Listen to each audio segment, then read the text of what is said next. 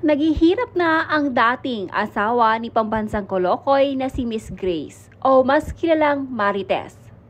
Viral ngayon ang larawan ng anak ni Miss Grace matapos na ito'y kumain sa isang karinderya. Sa binahagi mga larawan ni Miss Grace, ine-enjoy ng anak nila ni PK ang pagkain nito sa karinderya. Ngunit tila ginawang issue ito ng ilan. Ayon sa komento, naghihirap na umano si Miss Grace kaya sa karinderya na lamang niya pinakain ang kanyang anak na si Aaron. Anton na nagngangalang 4-7. Naghihirap na. Makikita naman na sinagot ni Miss Grace ang komentong ito. Ayon kay Miss Grace, wala namang masama. Kumain sa karinderya, masarap naman daw ang pagkain dito. Grabe ka naman, ang sarap-sarap na mga pagkain sa mga karinderya. Sino ka ba manglait? Bakit? Mayaman ka ba?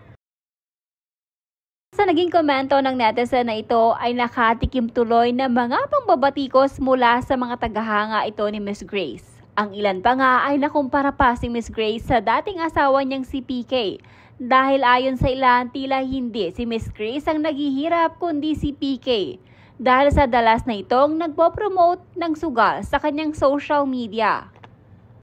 Ayon naman sa ating source, ihahatid umano ni Miss Grace si Aaron kay PK upang magkasama at magkaroon ng bonding ang mag-ama dito sa Pilipinas.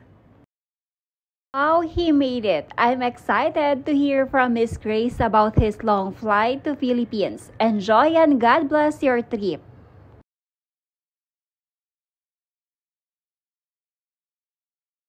Good job, Aaron. Nakayanan mo ang long flight. For sure, mag-e-enjoy siya dyan. Tas lagi na siyang sasama sa'yo.